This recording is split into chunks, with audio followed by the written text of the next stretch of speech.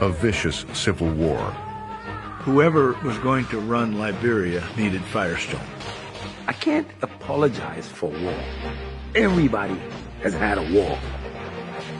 The untold story of what happened in Liberia 25 years ago. Our leader! They were prepared to do Taylor's bidding. Firestone, they did not pay off warlords or give money under the table, didn't do any of those things. They did the right thing.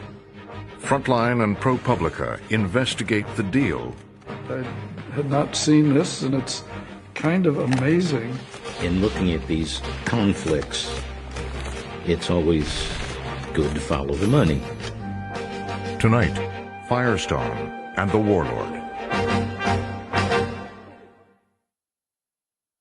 Tonight's program contains graphic war imagery and descriptions of brutality. Viewer discretion is advised.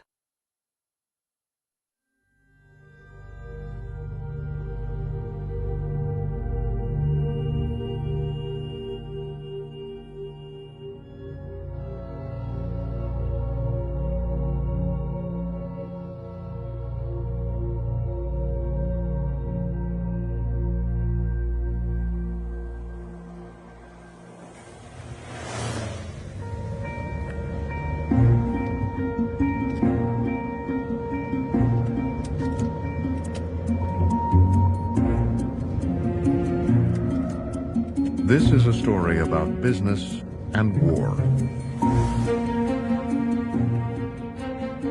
It's a story about a small group of Americans and the choices they made many years ago.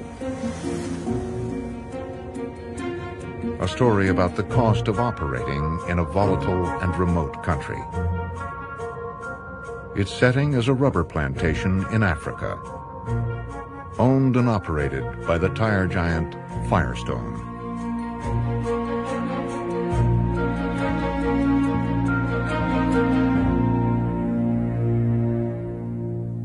I'm Charles Bradford Pettit and go by Brad. I worked 31 years at Firestone. I really kind of felt that we were above this war somehow, and that both sides wanted us there, and that so that they're going to leave us alone. We were one of the largest, if not the largest, employer in Liberia, certainly paying taxes to the government, certainly providing a lot of employment for locals. And we would hope that they would honor that and just leave us alone and let us continue to do what we were doing. Unfortunately, that didn't occur. They'd been through several coups and nothing changed very much. We just expected to go right back having our good life. They helped run the largest rubber plantation in the world. A multi-million-dollar investment stretching over 220 square miles.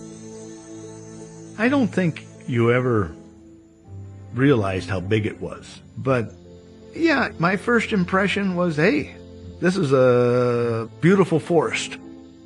It's a beautiful country. Oh, very pretty. The trees are all planted in a row and so forth, and a lot of humidity, a lot of rainfall, about 140 inches or more a year, and you can actually smell what I would call must, or decaying materials in the country, and it's something you get used to.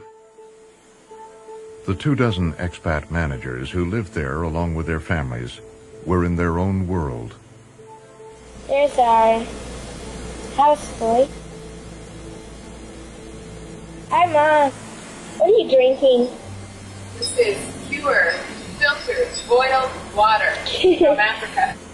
That's Rick, our other yard boy. Where's Marco? I don't know. She's over there. You really didn't feel any danger other than a few of the rogues who would either break into your house or try and steal your money when you're in town shopping. Nothing seemed unsettled to me. I loved it. It was very, very enjoyable. But outside the plantation's perimeter, a rebellion was brewing. It was 1989. Liberia's president, Samuel Doe, was losing his grip. Doe had cracked down, jailing opponents, eliminating rivals. It all came to a head on Christmas Eve. Christmas Eve 1989, when a man called Charles Taylor emerged in the northern jungle declaring a revolution against Dou's regime. You right! You damn right! This is not a military coup. This is a pure civilian uprising. If Dou opened Pandora's box just a little bit, Taylor, ripped off the lid. Our leader! Our leader! The man behind the revolt was a little-known American-educated, smooth-talking charmer, Charles Taylor. I have told all of these men that we must be able to make a difference. We must be able to bring back what we've all wanted. He was very slick, kind of used car salesman slick, and not particularly threatening or overbearing, but not the kind of person you'd buy a used car from either. All I want to do is to bring back some sanity, some fair play in the country. A evil, venal sociopath who was charming, glib. I knew he was a criminal, that he'd absconded with almost $1 million, that he'd mysteriously escaped from jail in Massachusetts. He was a very unsavory character. At the time of the uprising, Taylor was running from the law, accused of embezzling nearly $1 million from the Liberian government. To pull together his guerrilla force, he had cozied up to several dictators in Africa, including Muammar Gaddafi. Libya, we knew at the time, was a very pro-revolutionary country under Gaddafi, and they were training Africans to be guerrilla fighters. And we had all sorts of intelligence informing us about that. And so Taylor and other Liberians whom he could recruit went into training there. Newly trained, Taylor launched his offensive from the north with a small ragtag army with little to no combat experience.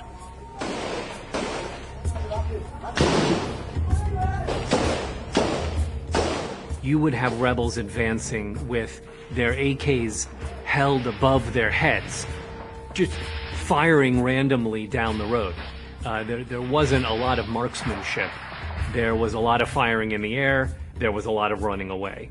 They were not in army uniforms. They were in casual clothes, wearing wigs on their head, having some white chalks on their body, claiming it was some protection against bullets. They were weird looking, really.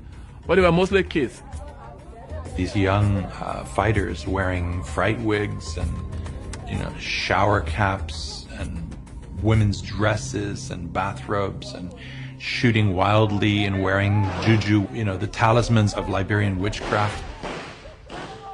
As Taylor's army in masquerade wound its way towards the plantation, Elizabeth Blunt, the BBC's correspondent for West Africa, made a trip to Firestone to find out if the managers were concerned. We were invited to Sunday lunch. A couple of other journalists and myself, we went off to Firestone, and it was beautiful. It was green, it was peaceful. We had lunch in the clubhouse. I think our hosts were working very, very hard to persuade us that everything was normal. I don't think it was as normal as they made it look. And I think they were hoping that if the rebels did come, that they might be able to carry on. And for a while, at least, they did carry on.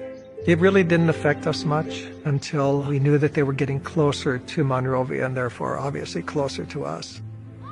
I was hoping that actually the rebels would go around the plantation, not come onto the plantation, and we would be able to continue to operate. There was a lot of political turmoil. Conditions were pretty good then, even under the circumstances, so we expected that if a civil war did get to Liberia or Monrovia, that it would be very quick and things would return to normal. For the expats, life on the plantation was enjoyable. We actually had a 9-hole golf course. The greens were oiled sand. Certainly during the rainy season, the fairways were nicer than they were in the dry season. You would have at least the length of your club to find some grass on which to put your ball. But it was nice. We would stay in each other's houses so that all golf teams didn't have anything to worry about. Clubs would be open for the evening for the ones that really liked to party. And there also was a fishing club there that nearly everybody had a boat for.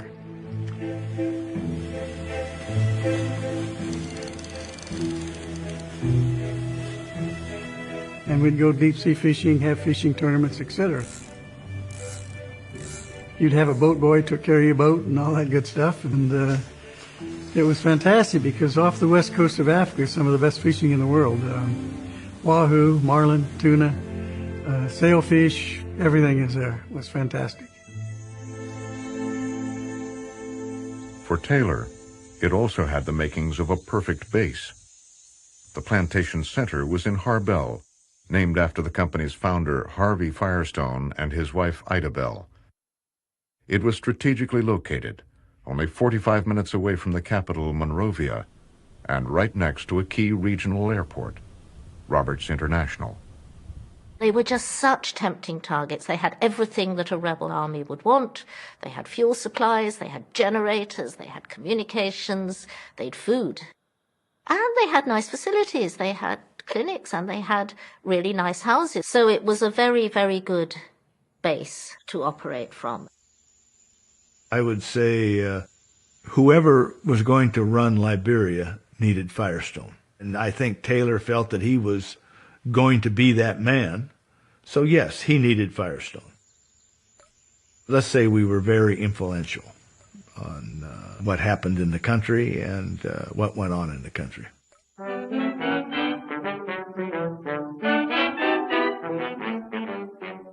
The story of the Firestone Tire and Rubber Company of Akron, Ohio, begins in 1900. By the Roaring '20s, the company was a household name, and Harvey Firestone had become one of the top industrialists of that gilded age. There are few people who realize the importance of rubber and what it means to our commerce and welfare. With its auto industry booming, the United States was consuming around 70% of the world's rubber, most of it imported from British colonies in the Far East. Harvey Firestone was determined to find his very own source of rubber. And I urge upon the United States to get relief by investing in a country under their own control. This can be accomplished in Liberia, but in Liberia was ideal. The country was an ally of the United States. It had a large untapped labor pool and miles of land for planting rubber trees.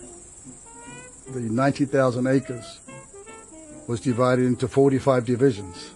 Each division having hundreds of trees, about 12 feet apart by 15 feet apart. So you had 8.5 million rubber trees, all in rows. In 1926, Liberia offered Firestone a chance to develop up to 1 million acres of land at 6 cents an acre. The Liberian negotiators were not knowledgeable about these things. So Firestone got the deal that said they would rent huge acres of land for small amounts for a long period of time. But I don't think that the original deal was in the very best interest of the country. The deal was controversial from the start, but for the Liberian government, it marked the beginning of a convenient business partnership. Firestone was huge in every way, and the revenues were absolutely crucial. So what would happen would be that the government, when it ran out of money, would anticipate the revenues. They would get Firestone to pay future revenues up front. So the government was always in hock to Firestone. It was a mutually beneficial arrangement. I put a spell on you.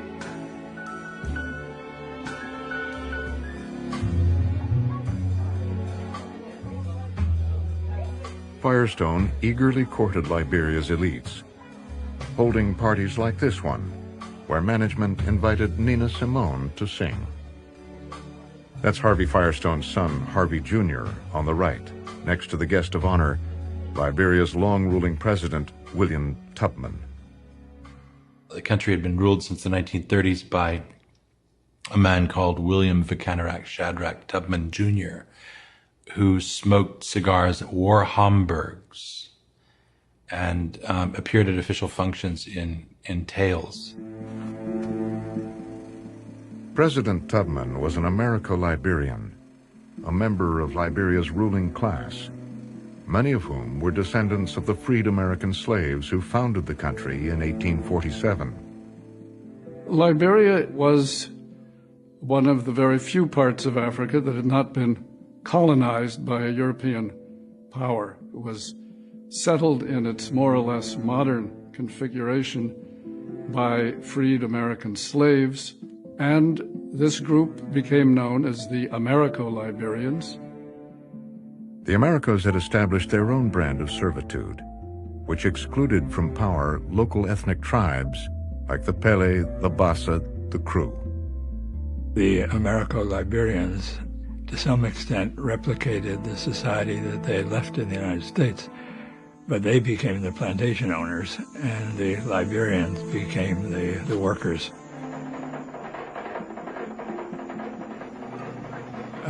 Not surprisingly, the workers sort of resented this status.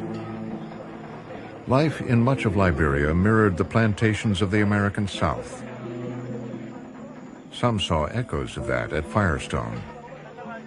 The entire structure of the work on the plantation was like in the South. That means you had laborers, and you had headmen, you got gang leaders, you have overseers, the same thing that used to operate in the South to control the workforce. The people at Firestone imported here a lifestyle. And it was a lifestyle that was designed for the Americans who came from the United States to work for Firestone. Officers on the plantation lived very nicely in attractive, comfortable, well-furnished homes. Their lifestyle was obviously on a plane greatly superior to that of the Liberians who were working with them. The plantation had over 8,000 workers, most of them tappers. I had never seen something like this in my life before. This scene of the tappers with the buckets slinging on their shoulders, moving around, emptying the cups of latex one after the other, and going to the truck and emptying it there and so forth. Collecting sap was grueling work, sometimes done by entire families for a few dollars a day. It's hard work, it's demeaning, and the pay is very small. If someone tries to complain, even though we were later, but we hear them say, well, if you try to complain, people tell you, aren't you counting yourself lucky that you have a job? You got to stop complaining. So people just live with it like that.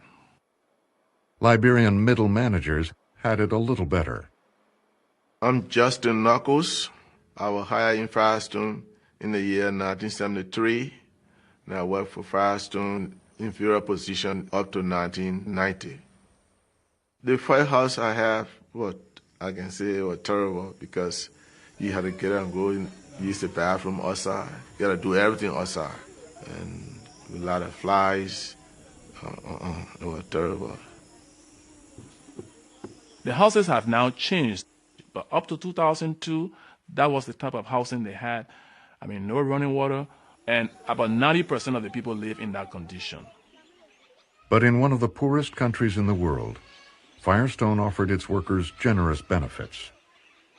I got a scholarship coming from junior high school because I was the second in my class. And then I got a scholarship again to go to college. So they pay my tuition in college. I can say you consider yourself blessed if you were in Liberia working for Firestone, because Firestone had a good educational program. They gave you food, they gave you water. You didn't make much money, but for men to live, you got to have certain things, and Firestone provide those things. But the Firestone workers were not immune to the resentment that was building across Liberia. After 133 years of Americo-Liberian rule, a young enlisted man from the Kron tribe changed the course of Liberia's history on April 12, 1980. Liberia's President William Tolbert, a descendant of American slaves and a good friend of the U.S., was assassinated today in a coup led by an Army enlisted man who said that they're fed up with the government corruption. The new head of the government is the 28-year-old sergeant named Samuel Doe. Master Sergeant Samuel Doe eviscerated Tolbert in bed, disemboweled him. Doe then invited the world's press to come to Liberia to witness the execution of all the cabinet ministers that he could lay his hands on. It was very shocking, really, because of the way they executed the cabinet, who were old men, who were civilians. I think people would expect them to be locked up after a coup. They wouldn't expect them to be tied on the beach outside town and shot. The execution of the Tolbert cabinet on the beach, broadcast live on Liberian television, sent a pretty clear message that this was his country to control. For the first time since its birth, Liberia was no longer run by these mulatto, lighter-skinned Libero-Americans, but from someone from the interior. Doe gradually filled government posts with members of his Kron tribe, many who were uneducated and ill-prepared to run a country. One of the notable exceptions was Charles Taylor, who had recently returned from Boston, where he had received a degree in economics from Bentley College. He worked his connections and became the head of the General Services Agency. Doe, who was a pretty uncultured man at the time, had the good sense to put Taylor in charge of the office, which appropriates funds for government purchases. Taylor used the position to gain influence with Doe's staff. He bought new cars for the cabinet and surprised Doe with a stretch limousine. But as head of procurement, there were other opportunities. As you can imagine, that was a very lucrative job, and he made a lot of money. And nobody really minded until the money he made was President Doe's money, and then he fell out with the president and fled to the United States. Doe accused Taylor of embezzlement, demanding his extradition. Taylor was arrested and locked up, but not for long. Charles Taylor makes a rather dramatic prison break from a jail in Massachusetts, along with several other inmates. All of those inmates are eventually captured. Taylor is not, and regales in the afterwards that it was the CIA who helped break him out of that prison because he was destined to lead the rebellion to bring down Samuel Doe. There's all kinds of legend around it, but it seems he had a kind of underground network of people who helped him. He literally disappeared. Nobody knew where he was. We'd heard all the rumors that he had been to the States and escaped from jail and was making his way back to Liberia. 4 years after the jailbreak, Taylor's forces began their assault, heading towards the Firestone plantation.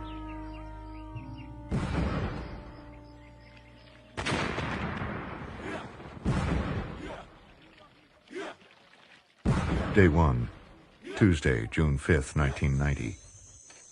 Last evening, 8 p.m., reported rebels crossing river towards factory area. Donald Ensminger was the head of the Firestone plantation when Taylor's rebels stormed in and seized control. Much of what we know about what happened comes from Ensminger's diary and a phone interview. He declined to appear on camera. I found him to be very genuine, very nice man, genuinely cared for us as expats and for the rest of the people who work for Liberia. We found Ensminger to be very rude, very uncooperative, and a very arrogant son of whatever. In his diary, Ensminger notes that 8 to 10 rebels burst into the golf club, demanding vehicles. Later on, they took fuel, bags of rice, handheld radios, and petty cash, including $40 to the rebel leader, Peter, a hothead and drunk. Ken Gerhardt was stationed down the road from the plantation at the Coca-Cola bottling plant, a property of Firestone. He was in constant communication with Ensminger. We still had radio communications, he and I. And, well, they were saying things were heating up because they were getting so many demands from Taylor's army. Money, food, whatever, you know. They wanted whatever they could get. And unfortunately, when they couldn't get it, they would go out in the villages and take what they wanted. So things were really heating up. We knew we were going to be out for trouble. They go into your house, if you had a private vehicle, or even Firestone vehicle, park in your yard, they would take the vehicle, take valuables. I mean, they said that they were at war with Mandingos and Crowns. So they were looking for Mandingos and Crowns, and as they identified them, they were killing them. President Doe's forces, the AFL, were mainly Cron. Doe gave the order to push Taylor off the plantation. AFL came in to, got on the scene and targeted people from other places and killed them. This was a kind of a seesaw, a battle that was happening. And it appeared, from my perspective, that it was turning more into a tribal warfare, in essence. Doe, who was a Cron, from the Cron tribe, certainly didn't have any love loss between some of the other tribes that were apparently joining in the rebellion with Charles Taylor. And we knew that people were getting killed. We knew that it was very dangerous for them. From my perspective, a little apprehensive to determine what we would have to do, whether it would be safe for us to stay on the plantation or whether we would have to evacuate. The U.S. Embassy had advised U.S. citizens to evacuate, but the managers stayed put. On June 7th, Day 3, thousands of Firestone workers fled their homes. Steve Ramo took these photos. Many of the workers sought shelter at Ensminger's mansion. We started to see people walk towards the house. And then more, and we estimated somewhere around 1,500 people were standing in front of the general manager's house seeking refuge. They were crying, they were afraid, and they wanted refuge. Many of the expats, too, gathered at the main house. We would, during the day, kind of try and keep ourselves occupied. So I still played golf. Some of the other guys did, too. And we just watched to see what would occur. We were hoping that once they had this initial battle, that things would move off the plantation. That was my hope, anyway. As the battle raged, Firestone workers continued to seek refuge at the main house. But Ensminger says he had no other choice but to turn them away. They told us that he cannot take us in because we are the ones who will be protecting him, not he protecting us. He said, it's Liberians that are coming. You are going to be safe among your own people. You don't need to come in. So only the expats can come in, not the Liberian staff. It made me feel very bad that that present management did not care about the well-being of the black staff. Hell was breaking loose, and they didn't care for them. We were concerned about them because certainly being a part of the tribe that Doe was a part of, we knew that they were going to be targeted. But as far as being able to protect them, we had no way to do that. It was a very emotional moment to say to all these people, I'm sorry. We cannot harbor you, we cannot protect you. I felt like crying. It was sad, very sad. In fact, I get choked up, like I'm nearly getting choked up now each time I tell this story. and it was very emotional. Another entry in the diary says that the workers were fed rice and told to leave. We can't offer them protection from either soldiers or FF. FF, freedom fighters, a reference to Taylor's forces. By day 4, heavy fighting erupted between Taylor's rebels and Dough's army.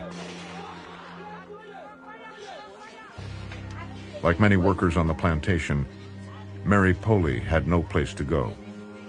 I started working in Firestone. My husband and myself were met there on the Division 1. She recalls the day Dough's forces barged into her house looking for Taylor rebels. When Chatera came in, they were killing. Government, those soldiers were killing.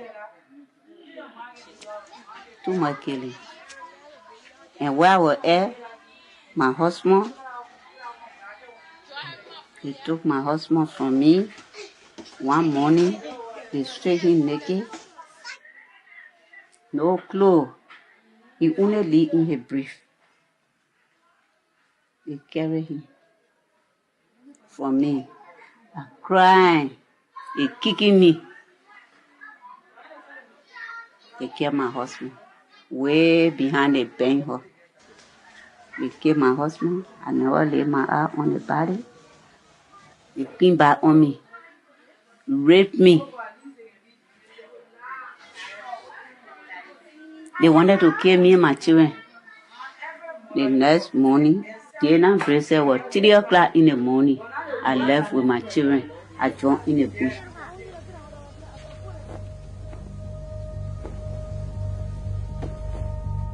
Day 9, we are totally helpless. The final blow was when they came to his house where he had assembled most of the managers so that they could be together. And one of them threatened to shoot him with an RPG if he was there the next day. And then we got them all out and left the country. After 10 days, Ensminger ended his diary with these words. But for the Firestone employees on the plantation, the ordeal was just beginning. Justin Knuckles awoke to find a note from management on his door. We're sorry we're going to stay. We hope to return when things improve. And how did that make you feel? Very, very insecure. Because we had a belief, as long as the Americans are on the plantation, we had a little hope. But now the Americans are gone. What's going to happen to us? Over the course of the next several months, the killing continued. Well, if they're the right tribe, they survived. If they weren't, they didn't. Gerhardt's employees at the Coca-Cola bottling plant were not spared. I had approximately 350 people, and 17% of them had been killed. My driver, my secretary. The story that bothered me the most was my driver. First time he was beaten. Second time they cut the soles off his feet. Third time they shot him. They cut the soles off of his feet? Yeah, right. With a machete. It changed my whole perspective of what was happening in the country. No longer did any of us feel that it was going to be a swift coup and so forth, and human rights would be, adhered to, but they were not. It had pretty much got really out of hand then.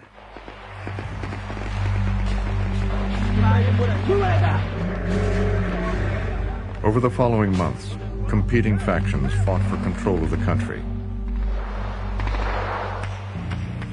It was a civil war, marked by atrocities on all sides.